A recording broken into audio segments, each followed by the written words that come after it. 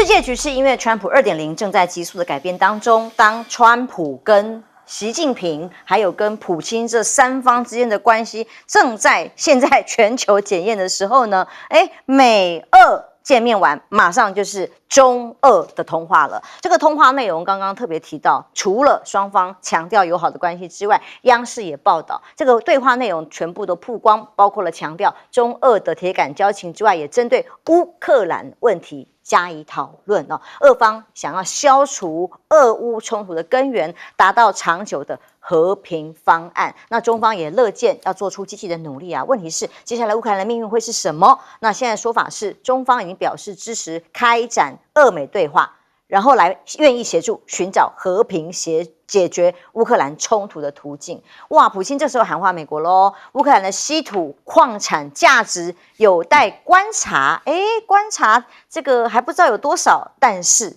这个跟莫斯科无关，你到底要从乌克兰拿多少？但俄罗斯愿意跟美方合作开发稀土矿产，我们多的是像顿巴斯地区这里就可以向美国市场供应200万吨。哇，反正大家都在讲好处，可以给川普更大的利益。而对于川普团队来说，回应这位特使说，如果俄罗斯跟乌克兰达成和平协议的话，重要的事先来了哦，先前很多美企呀，或者是欧洲啊，记得吗？当时很多台湾企业也被出征，如果你没有立刻从俄罗斯市场退出来的话，就是对不起民主国家、民主社会。现在美国企业可能都要重返俄罗斯市场啦。那现在也要谈跟欧洲要解禁的各种措施，全部都要回到俄罗斯了吗？美国媒体甚至表示，川普愿意前往莫斯科，在适当时机进行访问，等一切都解决了之后，我就要去莫斯科了，谈更多的合作。而双方各种合作啊、角力啊，在联合国安理会，到底联合国安理会维护的是什么呢？有2个案子同时在安理会表决，一个是乌克兰提出来的，一个是美国提出来的。结果最后呢，美国的版本通过了赞成票啊。这个联合国安理会针对美国提出的乌克兰问题怎么解决，有个决议草案。但当然，乌克兰版跟美国版不太一样。那最后联合国安理会是美国赢了，那么同时把俄乌战争呢决议直接没有提到侵略这2个字。哇，过去质疑多少？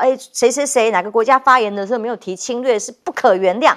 现在在联合国安理会通过的版本里就没有谈谴责俄罗斯侵略的问题，所以乌克兰在欧洲还是有支持嘛，跟美国的立场非常歧义。但问题是还是美国最强势。当稀土说要换军援的最终共识，一开始泽连斯基是反对的，他其实还有另外一个报道，他是公开的讲，你这个是高利贷啊。跟我借1要3呐，这个泽连斯基公开还继续喊，可是到底要不要签，看起来还是非签不可。现在这个川普表示，虽然他的白宫发言人说下周可能俄乌战争要结束，但川普自己比较保守了这一次，他是说数周之内会落幕，泽连斯基已经接近要达成最终共识，但不知道泽连斯基还会不会怎么拖想要把条件内容做协议。但看起来好像没有空间，就是要马上赶快结束，抵消美国对俄罗斯战争援助的巨额费用。难怪泽连斯基形容这个叫做高利贷放款啊，现在的要债的来啦。好，俄罗斯外长说，和平协议有个条件，当然是符合莫斯科利益，他才会停战啊。甚至网络上盛传，但这个其实还有待查证啦网络上盛传一个消息是，曾经俄罗斯试图透过老鼠来暗杀泽伦斯基，甚至还破获了102个特工网络。无论如何，泽伦斯基现在活得好好的，问题是他的处境呢？是蛮艰难的。川普松口说跟普京谈过什么呢？要接受欧洲派兵的问题。欧洲真的要派兵吗？那是说说而已，还是要如何派？不知道。但马上法国总统跟美国24号在白宫的会晤里头就透露了，有这样的谈过。但是呢，马克龙很强调啊，他还是站在乌克兰那边啊。大家的确都希望和平，但是我们不要一份软弱的协议。希望和平协议是经过评估、检查、查核，不代表着乌克兰的投降。但你说现在的版本，不管联合国通过的，或者是川普要求的，根本就只有投降啊。所以欧盟领导人也冯德莱恩也跑去访问了基辅，强调一定会坚定支持乌克兰，但怎么支持呢？还有35亿欧元还是会给呀。那泽伦斯基回应呢，今年应该是迎来真正长期和平的一年。普京不会给我们和平，他不知道川普觉得要给他们是什么，但是用和平交换其他东西，我们必须透过实力、智慧跟团结来获得和平。这个谈话跟我们赖总统谈话蛮像的，实力、智慧跟团结。但现在乌克兰的处境，连联合国安理会的提案都是这样的命运了。我觉得川普是一个真小人啊，但是欧洲的这些领导人是伪君子。那到底真小人讨厌还是伪君子更令人厌恶啊？我想这个应该要有所区别。为什么这么说啊？川普说我给你钱啊，然后去打仗，你这个钱要还给我。那当泽连斯基说，对不起啊，这是你送给我的，你支持我的，不是你借我的。那川普不管，反正我就是要5倍啊，我给你1000亿不到，但是我要5000亿回来，这叫真小人，我就是要。那欧洲的这些国家的领导人，他们是伪君子啊。法国人跟英国人说，我们坚定的支持这个乌克兰要继续打仗，我们也援助乌克兰啊，这些经济援助、金钱还有武器弹药等等。然后呢，欧盟的这个冯德莱恩也说，我们再给你35亿，然后坚定的支持你啊，要继续打仗，你要一直打下去。结果您知道吗？他的要求里面，现在是在我们列表里面没有，它里面有一条。就是你稀土要给我们，这个叫做讲了一堆漂亮的话，然后呢要你继续打，但是你的稀土也要给我。为什么？因为欧盟已经看到美国在抢稀土了，所以他们也都在抢了。法国也要，英国也要，现在德国也要，欧盟也要，都在抢乌克兰的稀土。因为这个达沃斯经济论坛里面啊，他评估乌克兰的稀土大概是12兆美元左右。但是那个稀土啊，到底能不能开采，有没有价值还不晓得。那只是说从人造卫星啊地质的勘察里面发现，评估大概在12兆。本来乌克兰他们想说用这个钱作为战后重建用的，这是乌克兰最后的一笔钱了。为什么？因为它的西部都是农地嘛，那它东部大部分就是工业用地啊，就是工业比较发达。而它的稀土很大一部分就在东部，有一部分的矿产，像铀矿、钛矿是在西北部。好，所以对乌克兰来说，稀土是它最后的一个保命钱，因为它要战后重建需要好几千个亿甚至万亿。那这个钱从哪里来？就是从这个稀土来。结果呢，美国在抢，然后俄国占有，然后欧洲也在抢。那是不是要让乌克兰永远沦为世世代代的平民呢？我觉得真是很可怜。最后一个，我简单的说，马克龙为什么跑去美国，就是希望劝川普啊不要通过你的决议案，因为他的决议本已经送出去了。然后所以他要求会改在这个他跟川普见后谈。结果美国坚持要在见前谈，那最后投票的结果在见面前谈，在见面前谈，川普的案子就通过来了。通过以后，您知道是怎么样的结果吗？法国、英国是联合国的安全理事、常任理事哦，他可以一票否决哦。结果这2位老兄不敢否决，只投弃权票，让整个案子通过10比5，厉害吧？是不是真小人？所以欧洲对乌克兰的支持到底有多支持，不言而喻了哦。厉将军，大家都在讲稀土还有矿产哦。大家记不记得一开战的时候，顿巴斯被形容是一个什么地方呢？是整个苏联，那个时候还是苏联，整个苏联的心脏地区就是顿巴斯。然后大家记不记得刚开始开战打得很有名的一个地方叫亚速钢铁厂？是。那既然顿巴斯又是心脏地区，又是有亚速钢铁厂，那代表什么？就是它所有的矿场很多都是在乌东地区嘛，就是顿巴斯这个地方，也就是说现在俄罗斯占领的地方。那试问一下，现在来讲，在乌东地区，就像赖教授所讲的，那边是农业区啊，那矿场很多在这边啊。这个时候，这个川普在那边说，我们要稀土，怎么样怎么样？这个你知道，普京真的是立刻吃他豆腐。普京怎么回答的呢？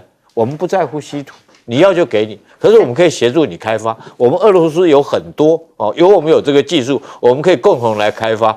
那你想想看，这个泽伦斯基听在耳朵里面是什么感觉？就是美俄两国已经把你这个稀土分了嘛，对不对？然后这个你美国对不对？我跟美俄两国合作，俄罗斯提供技术就地提炼，因为那个土你不太可能再运回美国去。但是我觉得川普会这么急着要这些稀土，要这些矿产，正代表一件事情。这个中国对他断掉这个稀土供应链，对他一定是影响很大，所以他才会急着要这个乌克兰的稀土在这边。所以从这场博弈里面，我们也可以看出来，现在来讲的话，大家要知道普京他要的是什么，今天已经出来了哈。我们一直想说，川普要稀土，对不对？这边要和平，那边要驻军。我跟你讲，拉夫罗夫在昨天的时候，他在这个土耳其的时候，他讲一句话：这个俄罗斯要什么东西？我念给大家听啊。俄罗斯的外长拉夫罗夫说，这个莫斯科要求的是乌克兰军队投降，然后基辅完全或部分的土地让出5个地区。这个乌克兰宣布不再加入北约，并且去纳粹化，成立一个新去纳粹化的政权。所以讲得很明白，这时候已经自己下台。对，不是政府直接换。重点现在他不是说是和谈了，他就是你投降了。投降跟和谈的定义不太一样，所以我们看得出来哈，这时候普京开出他的价码，那后续来讲，美俄两国要怎么样谈，对不对哈？这我们有得看。可是如果说用老鼠去暗杀泽连斯基，我觉得是不会啦，因为要留着泽连斯基来当做谈判的一个筹码，大概不至于会对他实施暗杀。苑老师。在我受教育的过程当中啊，我心中一直有个印象啊，觉得说以这个俄罗斯为首的苏联啊，包含他底下辖下的所有的话呢，他们别的不会，最会谈判啊。那我觉得这一次的话呢，这个川普本身的话呢，他冒犯了这个谈判之前呢的几个重大的忌讳。他第一个的话呢，心急啊，急得很，急得要结束这个。然后第二个的话呢，他单方面的讲了，我答应你所有的要求，人家都还没提要求，他就已经全部答应了。然后第三点的话呢，那俄罗斯开始了陆续提出的要求当中的话呢，就是他讲的，就是符合俄罗斯的利益，这个很抽象，这个非常麻烦的。那么现在的话呢，导致说它出现了一个3个这个结果非常严重。首先的话，对于乌克兰来讲的话呢，我不晓得哦，大家在那边聊到俄乌之间的冲突，聊了好多年了，3年了，突然冒出来那个乌克兰有稀土矿啊，那个泽连斯基他还强调说稀土矿有啊，都是俄罗斯在占领的区域啊，你去那边开采啊，原来他态度是这个样子。那现在的话呢，他自己强调过一件事情，说这个约啊，从那个贝森特啊，就是这个川普的这个财政部长拿了叫他来签约的时候，他说我不能签，这会让乌克兰人10代人负债啊，那个跟亡国没两样。然后第二点的话呢，他自己强调过，就是说没有乌克兰参加的会议啊，那么这个里面所达成的任何协议，他们都不承认。大家千万不要低估这句话啊，欧洲人是完全支持这个立场的。所以我觉得在某种程度上来讲的话呢，欧洲人现在是借这个机会，我觉得一个是心急，另外一个话呢是欧洲人是老谋深算的。在这种情况下的话，那俄罗斯之间是静观其看，现在变成说是这个看到美国跟欧洲之间发生冲突。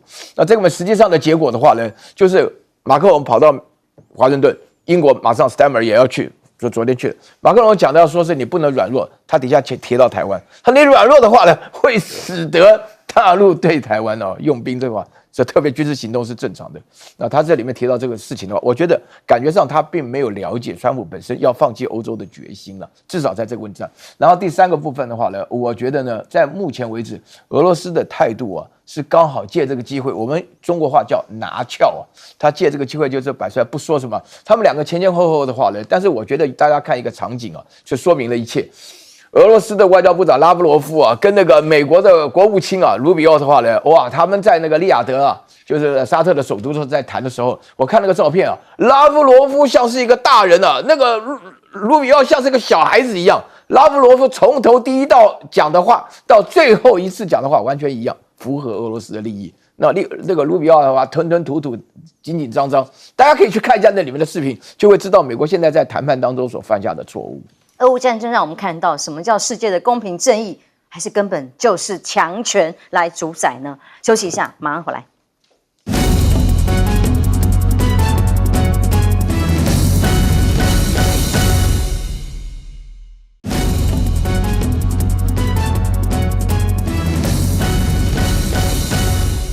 德国变天了，首相总理换人做，因为在这次最新的选举结果里头，保守派的联盟获得了28.5%，选票胜出，最大的原本的执政党呢，现在还轮到第3哦，以至于本来极右翼是被说被马斯克支持的得票率也还排名第2呢，所以呢，执政党仅因沦为第3的情况之下失去政权，接下来所有的政策当然就必须要由这位新的领袖来阻隔。那梅尔兹是谁？川普特别先去发文表示，好像是他胜利一样，说我们还有更多的胜利，这只是一个开始。他说呢，就跟美国很像啊。德国人也厌倦了没有尝试的施政理念，尤其是在能源跟移民这种议题上，这个状况已经盛行那么久了。对德国而言，就好像美国再度伟大，德国也是伟大的一天吗？问题是，川普这个祝贺词啊，梅尔兹可没有要买单哦，他直接反讽酸他说，不要开玩笑了，好不好？马斯克是多次公开支持极右翼的另类选举党的这样子的一个政党。之前马斯克讲了什么啊？先看看，搞清楚再说，好不好？看看最近几周跟几天，这个叫做马斯克人讲了什么话。所以华盛顿跟莫斯科2个地方的干预我们德国的选情差不了多少，都很严重，都很夸张。这是个严重的指控，也等于说就是川普、马斯克在干预几个德国的选战，而这个选举结果，他可不算功劳在川普身上，好吗？但有很多的川普的施政，尤其是砍裁员的部分，引起了内部很多的讨论。我真的要一点警语哈。接下来这段影片是政府机关住房跟城市发展部的走廊，所有的电视全部被害，上面放的影片是一个。我要讲这画面是被假造的，但是非常的难看。先看看画面，再来聊哦。哇，太可怕了！这个画面是川普在舔马斯克的脚趾头，这真的是恶心，而且动作非常刻意的做成非常猥亵的 AI 的合成画面。为什么会有这种画面？你看看这个画面是在走廊拍起来哦，这个是政府机关的走廊，一直不停的被播放这种吓人的画面哦。舔脚趾，怎么回事？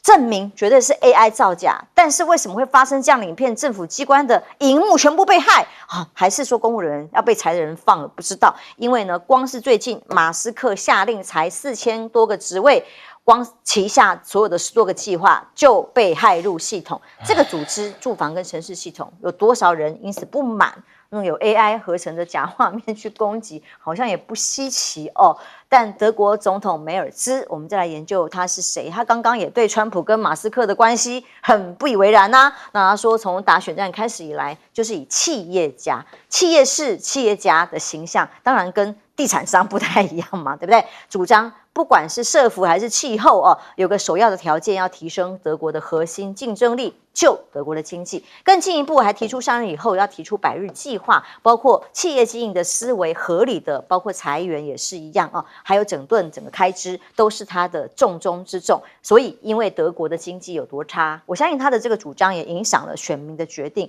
德国的经济从2024年的企业破产案率已经达到了比同期过前一年的成长将近1/4，22400家，2015年来最高水准。同时，专家也认为这个破产趋势252年会继续下去，未来有越来越多会破产、失业、经济数字的衰退。商报更预测德国会面临10年的经济停滞。由目前所有数字来看，所以当这位总理梅尔兹说这个是 midnight 前5分钟，告诉大家在午夜之前的5分钟，我们是觉醒的时刻，要赶快来做出赶紧的因应。过去他跟欧洲里面重量级的人物，可以领导欧洲很长一段时间稳定的梅克尔是老对手。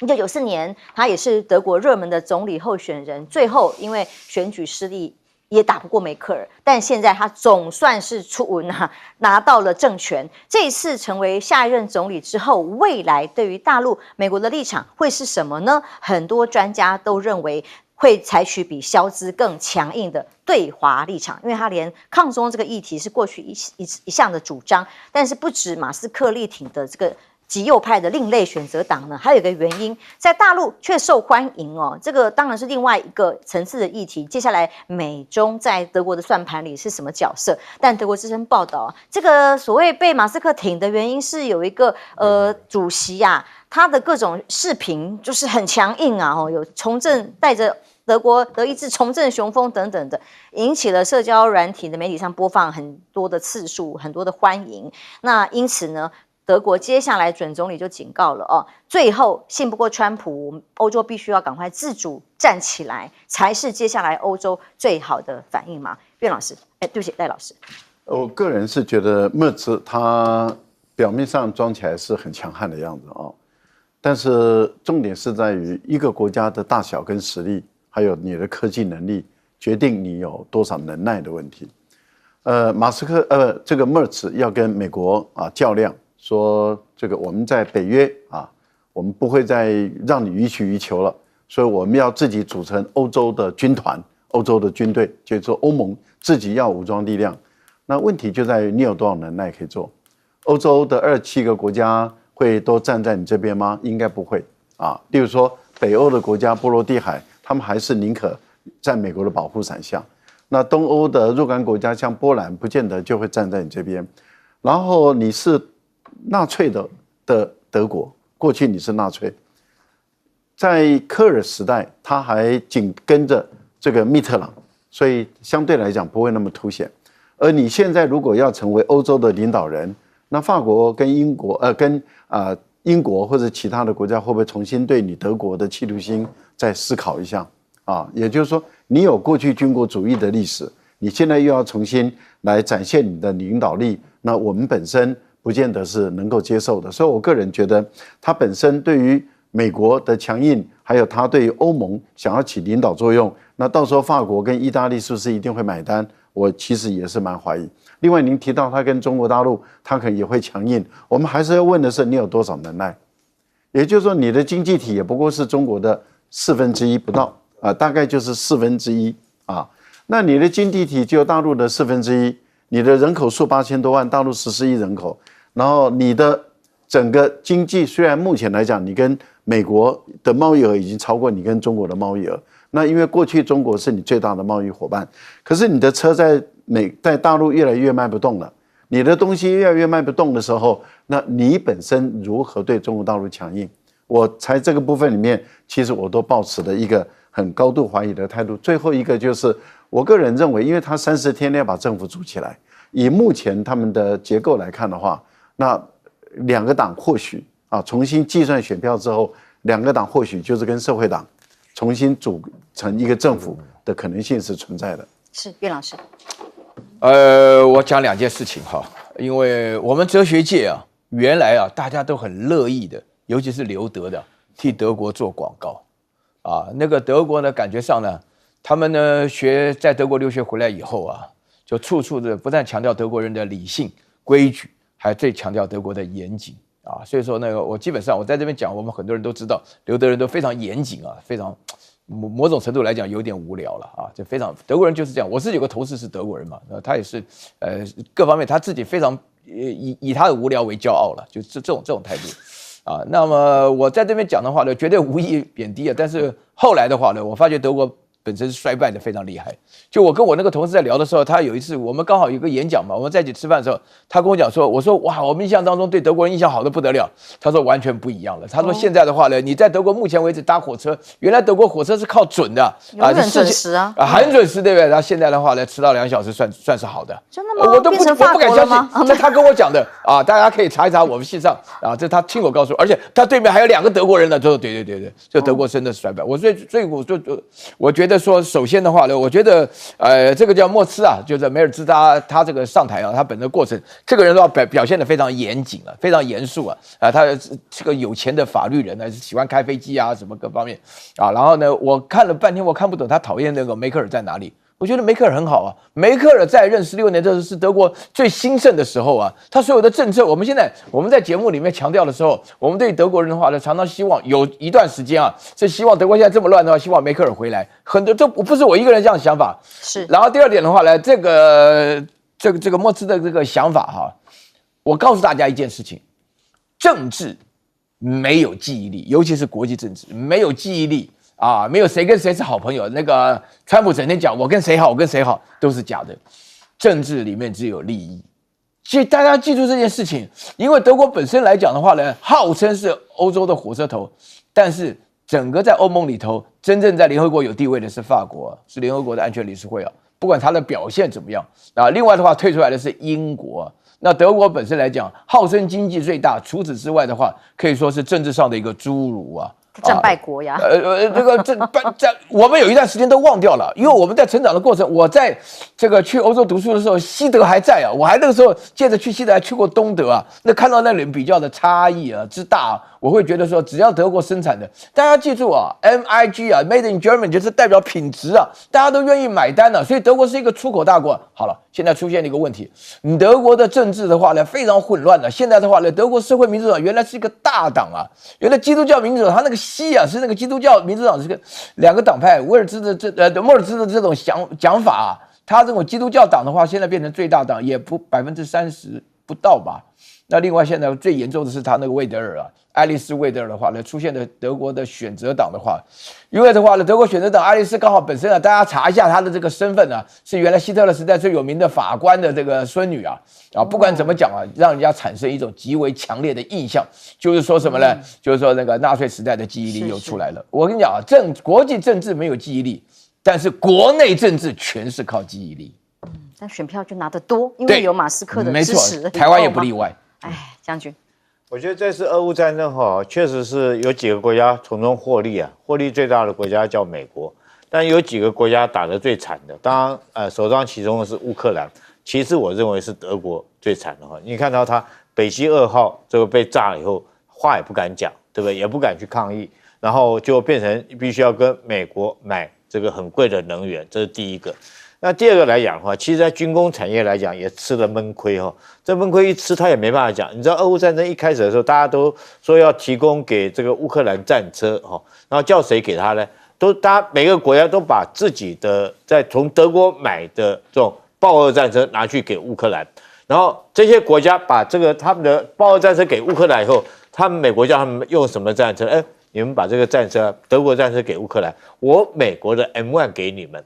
其他国家一想，哎，很好啊，对我豹2换 M1 很划算了。但你有没有想到，吃亏最大的就是德国，他真的是吃了闷亏，因为这个你一旦这个国家你换了 M1 美制系列的战车，你就回不去了，你知道？你不管零附件的保养、工人、技术各方面来讲，你就必须采用美式的整个美造的系列。所以整个来讲，俄乌战争我们看得到的是它的能源被美国削了一半，另外它的军工产业客户又被抢走了，也被抢走了。因为最重要的是这个它的这个战车的产业，它最强。德国大家最有名的就是它的这个豹2战车嘛，也被美国抢走了。那你剩下来的是什么呢？那你说一般民用的企业来讲，我们可见的，包括它现在不管是宾士啦、双 B 轿车来讲的话，由于它没有往这个能源车方向来做发展。那再加上美国的关税制度来讲，它的现在车子也卖不到美国去。那你说德国现在怎么办？全世界大家其实欧洲已经够惨了，欧洲里面最惨的就是德国。所以我觉得这次他能够当选不是没有理由的，因为老百姓要的就是能够改善我生活嘛。所以他既然主张这个能够以经济为主来挂帅，我相信他应该是这样做。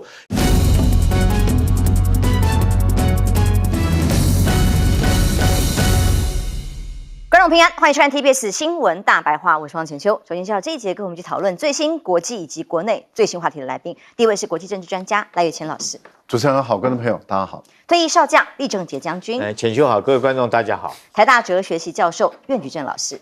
浅秋好，各位观众朋友大家好。来看看南韩一个最新的意外消息，大家看了触目惊心，在瞬间突然崩塌了南韩的一条高速公路。这条高速公路呢是要首尔到新首都正在兴建的高速公路，看看现场画面。就在南韩的天安市首尔世宗高速公路行经路段，据传当时正巧进行桥墩施工作业，没想到却出了严重的意外。당국은 다수의 인명 피해가 우려된다고 보고 조금 전인 10시 15분 국가 소방 동원령을 발령했습니다. 당국은 현재 소방 장비 18대, 인력 53명을 투입해 구조 작업을 벌이고 있습니다. 这一看就是监视器的画面，远远的拍到上空突然整个桥垮下来，哇，吓坏人了！就这样软绵绵的塌掉，发生什么事？因为这是一条通往这个新首都首尔到新首都之间正在兴建的高速公路。目前报道至少有10位建筑工人遭活埋，3死7重伤。还好当时的兴建当中没有其他真正已经通行的车辆，但这么重大的意外，最近南韩的灾祸还真不少，包括了济州空难，记得吗？56天前发生的，造成了179人的死亡，这么大的空难事件，现在韩务安机场总算再度的允许这个培训机起降了哦，整个民韩客机要到4月18号才能正式的恢复正常。而南韩整个政局恢复正常了吗？来看看尹锡悦的戒严之乱，因为他已经被逮捕了，而这个弹劾案呢，还要宪法法庭追认确认是有效，所以呢，经过了一段时间，已经蛮长一段时间的庭审呢，一审再审啊，他出席。有时候是由律师诉讼代理，现在还要看法院怎么决定，因为过去也不是没有前例，也有曾经过宪法法庭认为还是合宪，他的弹劾案不成立，所以显然尹锡悦还抱最后一丝希望。他虽然还有检方的司法诉讼要面对，光宪法法庭这一关会不会过，近期就会有决议。但以南韩目前战略位置来看哦，它北边当然有北韩啊，还有俄罗斯啊，西面有中国大陆啊，现在美日一挡三吗？哦，南韩所占领的角色，对于美军过去曾经爆发这个韩战极力死守，当然是跟地理位置有关。大家关心韩国接下来政局的发展，美国跟他的关系掌握的程度如何？而当然美国跟普京见面啊，看起来就是很和乐融融啊，要共同决定乌克兰命运啊，分赃利润吗？要把中国跟俄罗斯的关系给分化吗？来看看最新的通话，就是习近平跟普京通了电话，告诉大家说，哎呀，中俄才是真朋友吗？那因普京俄罗斯这里所发表的声明是说，发展对中关系是俄方的战略选择，绝对不是权宜之计，不受外部因素干扰。外部是谁啊？大家一目了然。而中方的回应是说，中俄关系是相互支持的真朋友，不受第三方影响。两国的发展战略跟外交都是长远的，所以预计双方除了这样通话之外，也会有实体面对面的习普会。俄罗斯驻中国大陆的大使还透露，在5月访问莫斯科，也要出席卫国战争胜利的80周年庆祝活动。普京也可能会在9月访中，这才是中俄之间关系真正的面貌。同时呢，俄国大使馆也说，两军会坚守绝对应对挑战，联手来做。因为以过去的布局来看全球的各种《华尔街日报》的地图一摊开来看，这是现在中俄在全球2023到2024、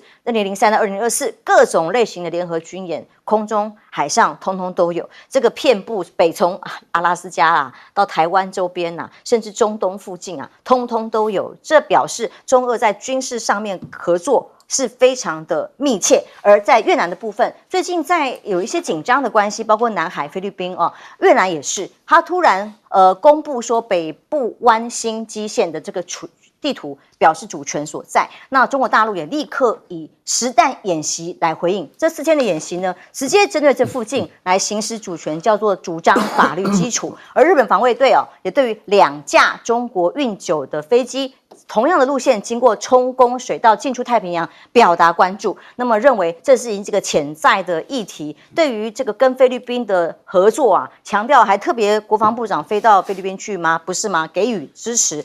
但是未来还有很多的议题，包括日本外务省通过政府发展援助要提供贷款而建造的菲律宾的各种的巡防舰、巡逻舰等等的，南海这里的争端，还有与蠢蠢欲动的关系，包括了美国的印太司令示警说解放军呢在台海增长的速度增加到42旅。根据他们的兵推，甚至可以形成一个1600公里这么宽的死亡闭锁。他认为以军事上来看，这个闭锁范围之广，可以延伸到2000公里。对于台湾来讲，或是对美国印太司令、印太地区要来掌握来讲，会是非常大的威胁。赖老师，现在看看南韩状况平权。我觉得这个高速公路的新建中到底是设计错误、力学没算好，还是说有偷工减料或者是有什么样施工上发生上的失误？我觉得这个当然是一个重大的工程上的一个灾难一定要去调查清楚。我想韩国他们也不会把这个事当小事来看因为这么重大的一个伤害。韩国多事之秋真的。我们也看到了尹锡悦发动政变台湾当时有个政党还开心的不得了马上在他的这个政党所属的这个脸书上马上就呼应了最后发现不对，全世界都在谴责这样的一场政变。它确实是一场政变他要逮捕国会的领袖、国会的议长、副议长，还要逮捕所有的各政党的领袖。这个是实质上的要进行军事接管。一个总统发动政变，那如果宪法法庭最后还是不弹劾，这个韩国不知道是一个什么样的国家，我们也就只能尊重了。反正那是他国的内政，但是我们也会觉得这个国家的法律跟宪法法庭是有问题的。就果然证实了就是说原来是大法官是谁任命的，他就是考虑他任命者的权益，因为大部分是尹锡悦任命的，是对。那这个我们也会担心啦。那在台湾怎么办？那我们当然也会很担心，就是那如果台湾有哪一个总统想发动政变，要逮捕在野党的国会议长还有政党领袖，然后都要逮捕，然后到处去搜捕人，然后军事接管，然后我们说要提出弹劾，结果大法官是他任命的那这个时候也弹劾不成，那我觉得这个岂有此理嘛？所以这个简直是荒腔走板。但是如果一旦这个弹劾案没通过的话，搞不好绿营的这个国会或者是他们的某个脸书又祝贺了没有通过，他立刻恢复总统职权哦。对，然后可能会不会我们台湾的那些当初呼应他的政党，会不会马上就恭贺他？发贺电吗？发贺电嘛，真是很难说对不对？那就给他一个非常好的一个榜样，说我也可以一样画葫芦来这样办理我觉得目前来讲，大家都看得很清楚，这个特朗普川普大家看得好清楚，就是川普的目的，他可以得罪乌克兰，可以得罪整个欧盟、北约等他的所有的盟国，他可以让亚洲的很多国家对于美国的不信任，他都要去讨好普丁。那他的战略目的，我想连《华尔街日报》都说，那就是一个阳谋嘛，就是联俄要制中。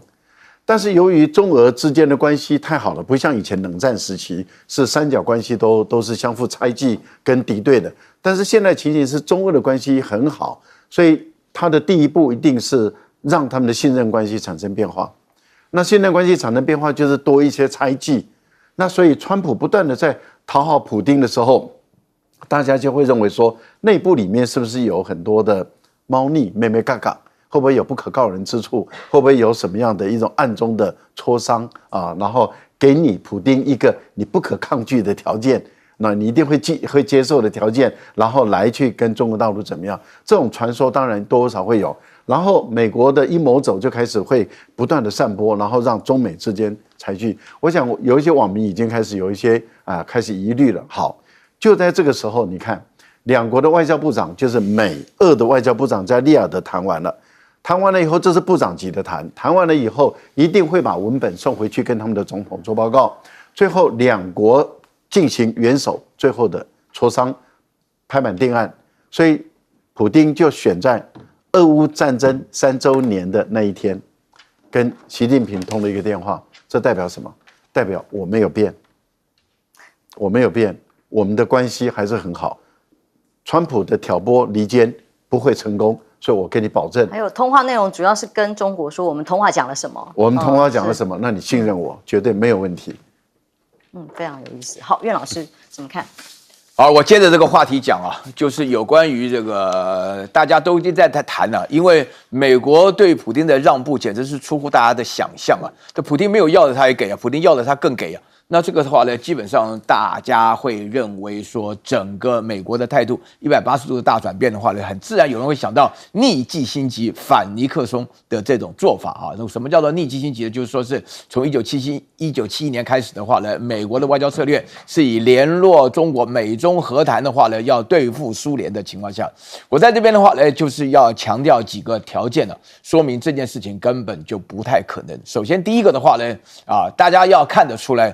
那个普丁过去的3年虽然说是2月24号嘛，能够昨天了，就是这3年下来的话呢，这个俄罗斯也吃了不少亏无论在经济在政治各方面都吃了很多亏的话呢，对俄罗斯来讲的话呢，内心受到了很大的伤害。我强调内心啊，因为俄罗斯人一直把自己当成欧洲人啊，就欧洲人不喜欢俄罗斯人啊，认为普丁长得不纯啊，认为绍伊古根本就是东方人啊。我跟你讲，这种侮辱非常大，这是种族主义啊。然后第二点的话呢，我觉得美国跟俄罗斯之间他们的生命的命脉相似点太大了，他们相似点2点，第一个是国防，第二个的话呢是能源啊。请问大家，那个美国靠卖武器赚多少钱？那世界第2大卖武器的国家刚好就是俄罗斯啊。对不对？那他们是商业竞争啊。那美国的话呢，现在这个川普上台要强调美国本身要卖油啊，油价要低啊，什么美国各方面。那世界最大的能源出口国，那油跟气，那刚好又是俄罗斯啊。他们在经济上、利益上有面对了一个非常大的问题啊。然后第3个部分的话呢，大家要搞清楚啊，那个中国跟俄罗斯之间是边界很长啊，就长到简直不可思议啊。他们之所以称之为靠背的原因，就是因为有地缘上的关系啊，而刚好他这边的需求的话，就是中国的制造可以提供俄罗斯所有在短期内来不及生产的东西。俄罗斯的能源包含木材啊、牛肉啊什么所有东西，刚好就弥补了中国的需求啊。这包含那个土地啊非常肥沃啊。而且的话呢，另外我要再强调一个非常重要的一个重点，就是说目前为止，俄罗斯跟中国本身在军事上的行动，你们接下来不管是对澳洲也好，对越南也好，对菲律宾也好，我请大家要注意一件事情，俄罗斯甘愿当小弟啊。大家要注意看啊，俄罗斯小弟什么呢？俄罗斯会派船来，去日本是老早就去了。俄罗斯本身来讲的话呢，在军事上的行动跟中国在演习，在南海演习，在澳洲外海演习，这种事情的话呢，都极有可能发生的。另外最重要的是，俄罗斯目前为止的话呢，经过这个长期的发展，他要认为说中国本身是靠得住的、相信的。为什么？谁敢相信美国啊？各位观众朋友，你拿眼睛看亮一点啊！美国4年后变成什么样子又不知道了。谁敢相信美国？美国是一个不稳定的一个来源呢、中国是一个稳定的来源，而且在这种情况之下，中国的底气增加啊，他自己的底气。所以你这边强调说是他这个所有的事情，动不动的话呢，飞机出去了，实弹出去了，军舰出去了，这一切的话都要展示秀肌肉啊。那个帕帕罗他本身来讲，他讲这个话的意思啊，说人家很厉害，美国很不厉害的情况下，他想要一点国防预算，他要得到吗？啊，美国国防部自己都有问题了，对不对？李将军怎么看中美在军事上越来越频密的合作？其实我特别讲一下，解放军中俄，抱歉，更正一下。中俄之间在军事上的合作，其实我觉得中俄来讲的话，现在很明显的几件事情，如果说是大家都担心说是这个美国会不会挑动中俄之间感情，其实我讲3个理由就不会吧。第一个，美国你能够给俄国什么吗？你要挑动，你一定有给你好处嘛。那现在美国来讲，我们现在大家都看到认为说是这个川普在极力讨好普京哈，可是我个人不这样认为。我觉得这时候哈，其实是这个美国哈是在这个求普京。为什么？因为我们都知道打仗之后的和谈一定是打打谈谈嘛，谈谈打打嘛。但现在战场对普京是非常有利的。那这个川普又急于结束这场战争，所以他竭尽可能的来讨好普京哈。大家不要以为他在讨好普京是为了分离中，我觉得讨好普京他只是为了结束战争，让他可以抽身出来。这第一个。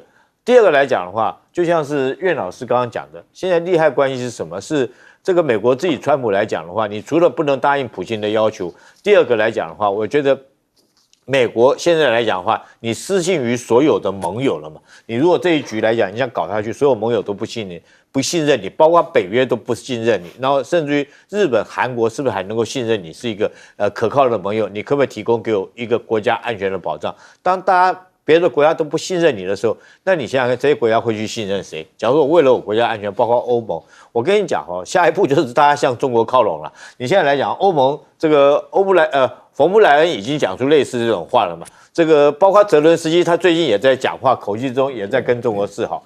那我在讲这个第3点。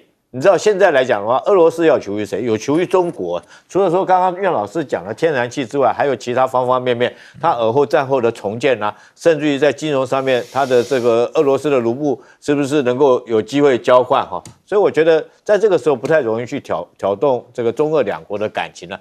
那中俄两国来讲，在军事上面来讲会更加的信任，更加结盟，因为他们来讲，现在俄罗斯他也没有力气把军队转用到这边来，对不对？转用到这边来，那你对他现在目标是放在欧洲那边嘛，那中国也没有力气去对付你俄罗斯。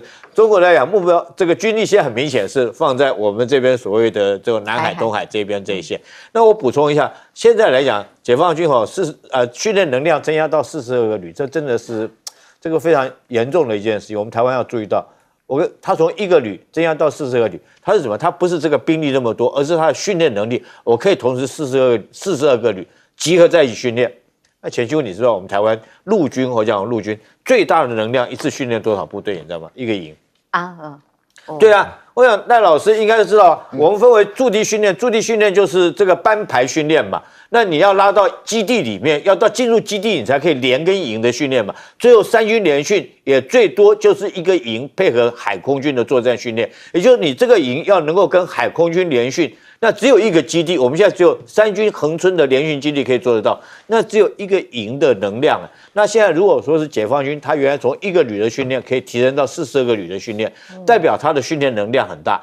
那为什么可以训练能量很大？大家不要光看这个数字，代表他后面的教官很多，对不对？他会教的教官很多，他的指挥能力很强，他的通讯联络是都没有，后勤资源什么都没有问题，所以才可以同时达到42个旅的同时训练。也要很有纪律，这是非常重要一个指标，一个国家战力很重要一个指标。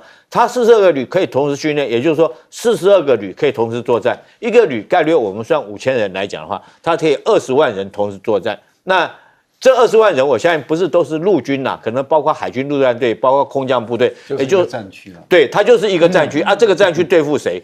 对，很明显就除了我们台湾、日本、菲律宾哈，整个再像它的现在来讲，我们看到画这个图，2000公里，这2000公里包括它的东风26、东风17，还有这个最担心的日本。它的预警机能够侦测范围，可是我觉得帕帕罗讲的太客气了，有些东西他没有写进去。你知道我们预估敌人的战力，你不能预估现在，你要往前推10年了。10年之后解放军是多少战力，你才能规划你未来的作战的构想以及你建军的方向。未来10年，我相信解放军歼轰36一定出来，歼轰36出来以后就不是2000公里了，它就是到这个3000公里了。它如果东风27出来，就不是关岛快递了，那叫珍珠港快递了。那如果说是它空警600，你现在它列的只是这个空警这个600哦，它如果说是它空警3000，成军来讲，它的雷达侦测距离可以更远，再加上它的歼轰36，它就不是打你第一线的战斗机，它直接打你后面的加油机、预警机，它就直接打你那边。那你想想看，你的后面的预警机、加油机都在人家的攻击的打击的目标之下。那你还有3000公里的这种防卫距离吗？所以我觉得这个现在光2000公里，我们台湾已经被划在里面了。这个不是我们台湾画的哈，是帕帕罗画的，也不是解放军画，是帕帕罗画的。那试问一下我们国防部哈，现在这个在那边嚷嚷着要去买购武器啊，那我们要去检讨一下，要买什么武器？你可以破2000公里这个死亡的画的这条范围，那我们怎么样可以突破？这个封锁圈，我们可以怎么样在这2000，我们可以开辟一条怎么样一个安全航道，在战时的时候，让不管是美国或日本愿意支援我们的军队，可以从突破2000公里的运送的距离送进来，有没有可能做得到？我觉得这个东西是。真是，假如说要买武器，我们要去思考的是这个问题：这个安全航线怎么开辟？对不对？怎么样确保我们在这个圈圈里面画一条线出来，哈，画一条走廊出来？那我们军中叫做安全走廊，让外国的物资可以送进来。死亡闭锁这个名字听起来很可怕。那我们要安全走廊，是必须要因应。休息一下，马上回来。